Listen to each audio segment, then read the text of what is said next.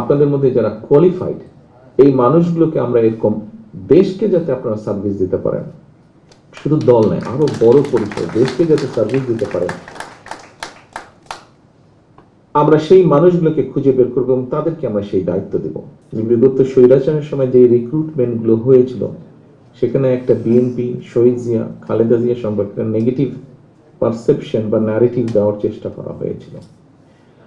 Major Reza বা major Mannan যেটা বলেছেন, যে ভ্রান্ত ধারণা সামান্য কিছু মানুষের, এরকমই একটা ধারণা স্বৈরাচার তৈরি করেছিল একটা দূরত্ব তৈরি করার জন্য। কাজে এটি আমাদের কনসেপ্ট না, আমাদের ধারণা, এটি সম্পূর্ণভাবে তাদের ছিল। আমার মনে হয় এই বিষয়টি বোধহয় আজকের পরে ক্লিয়ার হয়ে গেছে। আমি আমার পার্সোনাল একটি, আমাদের ব্যক্তিগত পারিবারিক একটি ঘটনা আপনাদের সাথে আপনাদের সামনে তুলে ধরেছি। আমার মনে হয় এটার মাধ্যমে বোধহয় পুরো বিষয়টি ক্লিয়ার হয়ে গেছে। এটি গেল একটি। আসুন এবার এখানে কয়েকজন বক্তা তাদের বক্তব্যে রাজনীতির বিষয় বলেছেন। আপনারা কেউ কেউ সম্পৃক্ত আছেন অনেক দিন ধরে, কেউ কেউ সম্পৃক্ত হতে চাইছেন। আমার মনে হয় এই বিষয়ে বোধহয় আমাদের মেজর হাফিজ সাহেব, বীর বিক্রম হাফিজ সাহেব, উনি ওনার অভিজ্ঞতা বর্ণনা করেছেন। কাজে মনে হয় বিষয়টা বোধহয় অনেকটাই অনেকের কাছে পরিষ্কার হয়ে গেছে। এই বিষয়টা আমরা বরঞ্চ আলোচনা আর করার প্রয়োজন নেই আমি মনে করি। এটা সময়ই বলে দিবে, আসলে এটা সময়ই বলে দিবে। এবং আপনারাও যারা করতে চাইছেন রাজনীতি, সেটা আপনারা ধীরে ধীরে অবশ্যই করবেন, কেন করবেন না, অবশ্যই যোগ্যতা ভিত্তিতে।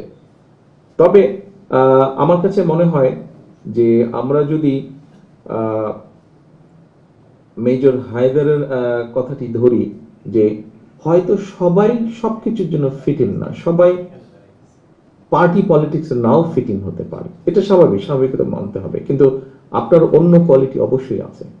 এখানে যারা সিনিয়র্স আছেন তারা জানবেন, দেখেছেন, মেজর হাফিজ সাহেব আছেন, উনি দেখেছেন সেই সময়, আরো কয়েকজন আছেন দেখেছেন, যে আব্বার কাঁধে যখন দেশের দায়িত্বভার এসে পড়ল, তারপরে কিন্তু সেই সময়ও কিন্তু তখন যখন পরিবর্তনটা হলো, যে গভর্নমেন্ট ফল করলো, তখন পরিবর্তনটা হলো, তখনও কিন্তু আমরা দেখেছি অ্যাডমিনিস্ট্রেশন সহ বিভিন্ন জায়গায় কিন্তু সব সিস্টেম কোলাপস করে গিয়েছিল।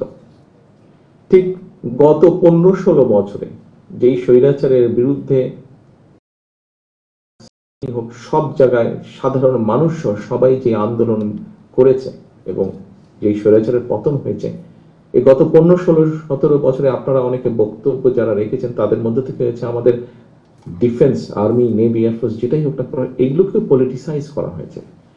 এগুলো যেরকম পলিটিসাইজ হয়েছে, এর বাইরে যেই ইনস্টিটিউশন গুলো আছে গভর্নমেন্টের, কম বেশি সবগুলোকেই কিন্তু সিস্টেমেটিক্যালি ধ্বংস করে দেওয়া হয়েছে।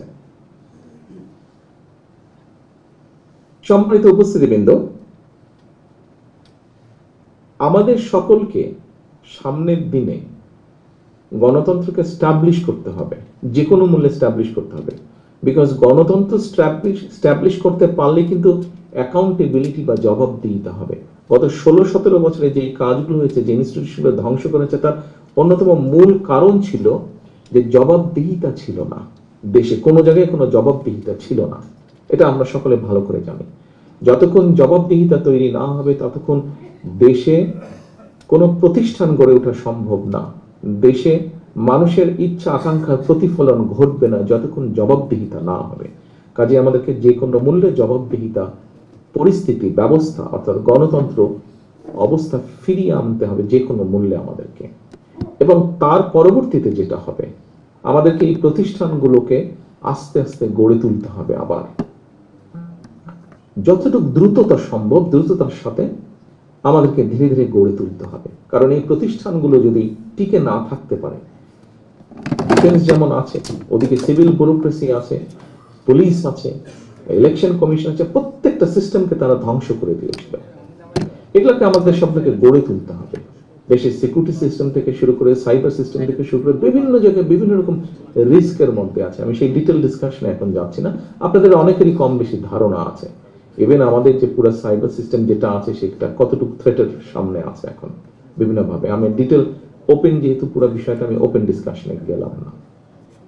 কাজে আপনাদের মধ্যে এরকম অনেক মানুষ আছেন যাদের সেই কোয়ালিটি গুলো আছে, বা যাদের সেই ট্রেনিং গুলো আছে, যারা দেশে বিদেশে বিভিন্ন জায়গায় এই বিষয়গুলোর উপরে কাজ করেছেন। কাজেই সবসময় যে আপনি দেশকে যদি সার্ভিস দিতে চান, ব্যাপারটা হচ্ছে আসুন এখন ব্যক্তির থেকে আমরা বলি দল বড়, দলের থেকে দেশ বড়।